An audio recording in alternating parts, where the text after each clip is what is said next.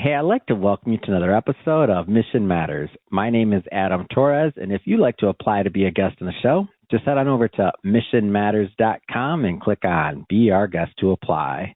All right, so today I have Nate Welch on the line, and he is Vice President of Communications for Mailbox Money Real Estate and Private Equity. Nate, welcome to the show.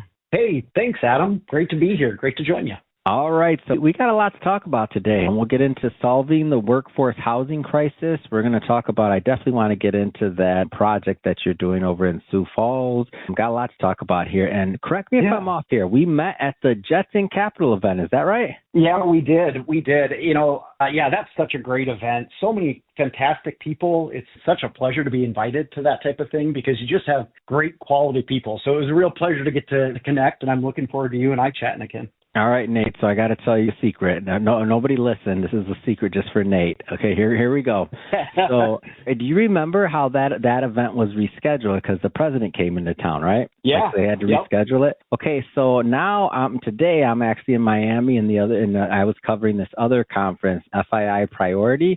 So it was another conference we did, and guess who did the keynote? The president. So I don't know. I think he's following me around. I think he is, man.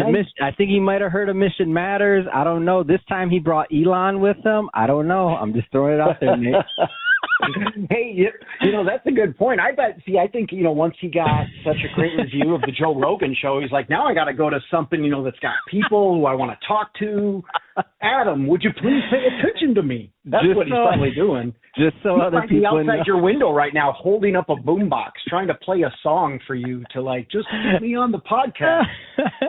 Just so everybody knows, Nate is not a sponsor of the show. I sponsor Nate to come and talk very nice. I'll take it all day long, man.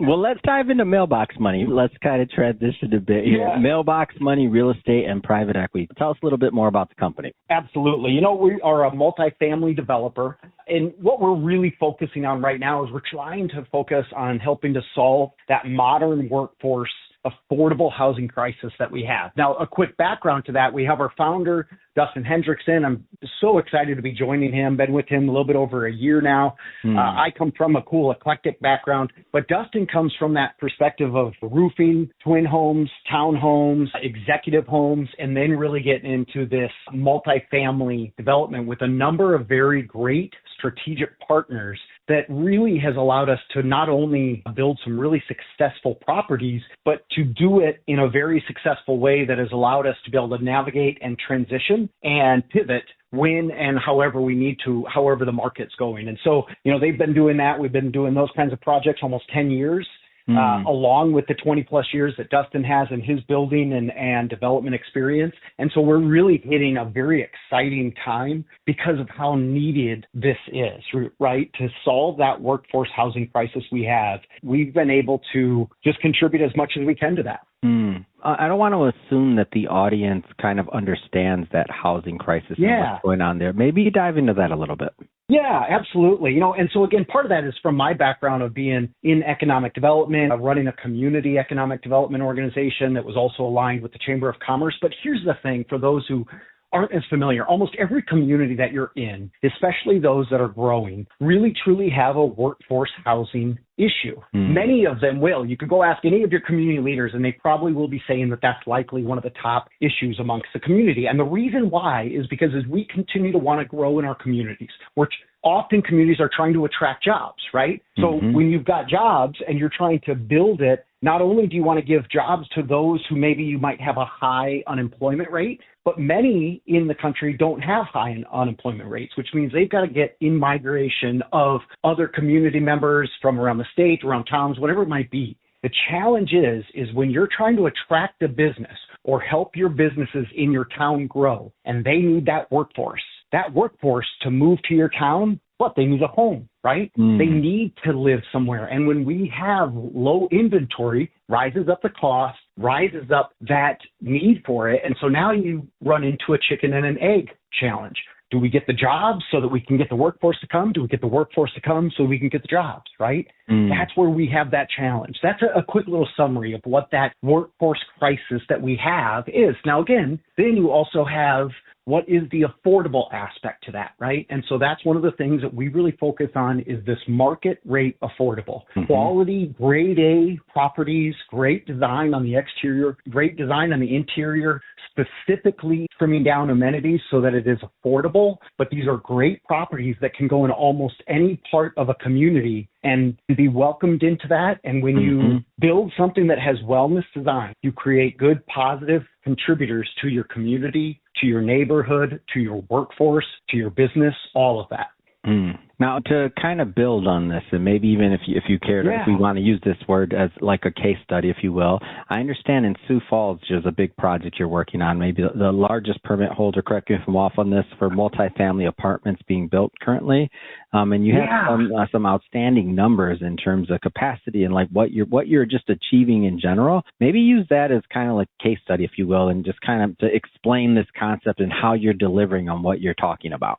Yeah, absolutely. It's such a great point. And case study, I think, is really accurate for that. So, right on. Okay, so here's what I would say when we look at that. And again, while we're talking here, we have the largest permits in Sioux Falls, which is where a lot of our projects are. We also have some projects outside of the area as we continue to expand, right? But in Sioux Falls, for that example, we have the largest set of multifamily permits for units that's currently going. Now, what that tells you is number one, we're building while everybody else has slowed down. The reason they've slowed down, because as many of us know, there's a lot of people in the multifamily development world, right? Like there are a lot of those. And what happens where we talk about this crisis for this is the communities may get saturated with more than what they need to what they can afford. So in other words, you might be building too many apartments that actually cost more money than what the people moving in can actually achieve, right? So anyway, so when I say that of us having this largest count of permits currently, is that shows you that not only are we continuing to build, well, everybody else is slowing down, allowing for part of that saturation in the market to kind of work itself out. But then the next question would be, well, if you're overbuilding, what's your vacancy? And our vacancies are we're at over 90% occupancy, right? Less than 10% vacancies. And I think one of the specific reasons why we see such success, there's a lot of aspects to it. And of course, we can kind of dive into those, or feel free to call us to work through more details of it. But here's the reality of what it is. We have these quality built, very nice apartments that are also strategically and well thought out on the placement of that range. So in other words, they're not too expensive. They're not too cheap. They've got great quality. They're new. We build them up, and we're building them up in the way that it aligns with the need in it. And one of those examples is, let's say one of our projects is, say, maybe 100 units in one of the locations. That might be the first phase of something. It might be 5 buildings with, average of maybe 20 units in each building. Because what we do, we build 3 stories high. It allows it to be able to be cost efficient, a proper density. And then at the same time, we'll build 5 buildings that will equal that 100, and we'll stagger them by about 60 to 90 days. So you're building up the first one, 60 days later, you're starting with the next one, with the next one. So now when our financing loan is consistent with us paying interest rate on that, or interest only, we may be opening up the first building when we're still working, or we always are working on the next 4. We're opening up that second one. And so that's starting to trickle. So by 14 to 26 units at a time, we're filling those up. So by the time that final unit goes, we've pretty much already sold out the entire inventory of it.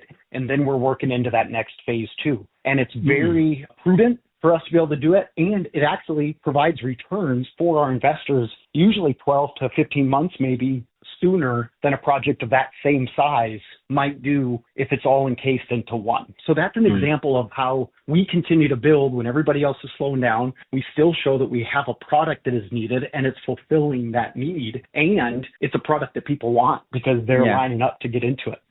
So the numbers do speak for themselves, but I like to go maybe a step deeper when we talk about like maybe the concept of design and being tenant focused, because I have yet to meet a single builder that's going to say the opposite. Obviously your numbers in the 90% occupancy, that speaks for itself. But what goes into this? Like when we talk about tenant focus, what does that mean for these builds? So one of the things I really like to point out is really that wellness design is what we're trying to do. And yeah, you're right. Like a lot of things are semantics, right? So what does affordable mean, a wellness design and whatnot. So when we look at wellness design, we're specifically looking at certain things that are things that we've not only learned over time, but we have also then continued to evolve. And so some of those examples that we often don't recognize until we're there and walking into the space, we might not even, maybe as a person looking at the space or a person looking to rent it, right?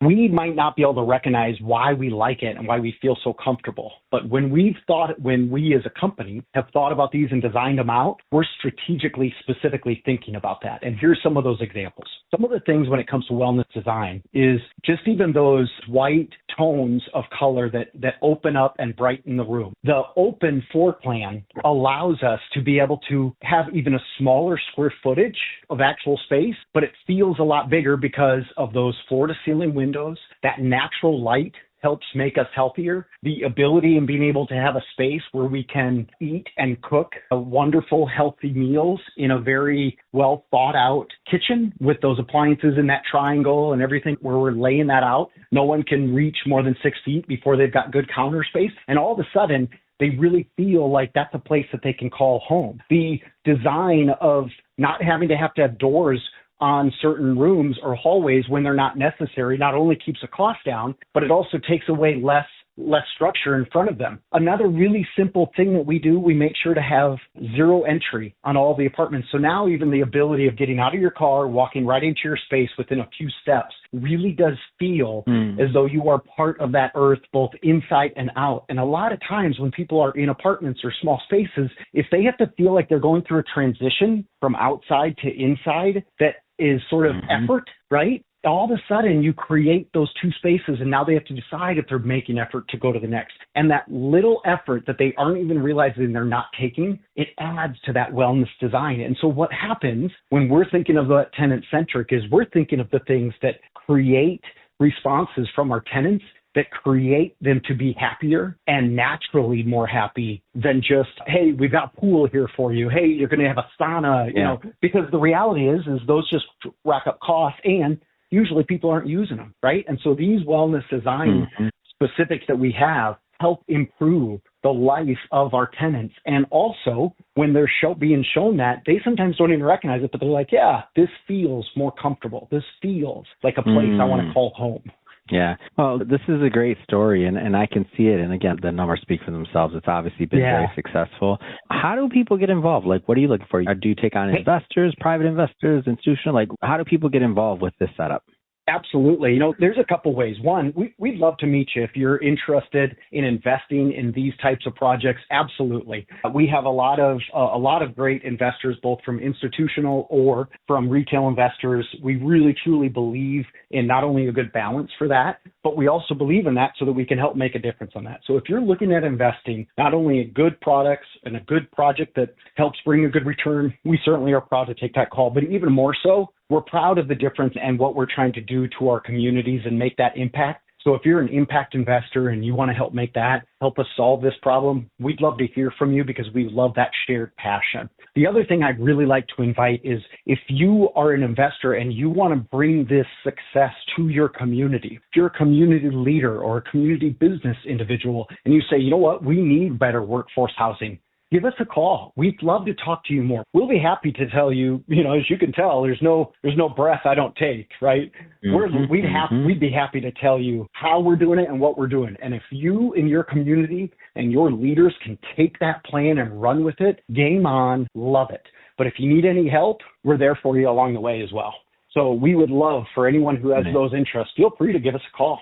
Fantastic. And how do people connect? What's the website, the numbers? Like, how do people connect? Yep, absolutely. Hey, best way is reach out to us on our website, which is www.mailboxmoney.re. So mailboxmoney, the letter RE.com. You can also find us on all the social media channels. You can find us on Facebook, find us on LinkedIn, find us on Instagram. Feel free, reach out to us there. You'll be easy to find it. Mailbox Money and Real Estate, MRE. And then Again, we'll have that nice little green logo with the mailbox and with the little dollar sign coming out of it. We're proud of what that is that provides that passive income for people, not because money should just be something of wealth, but what we do with that gift and that passive income, how we serve others with our extra time, with our extra gifts.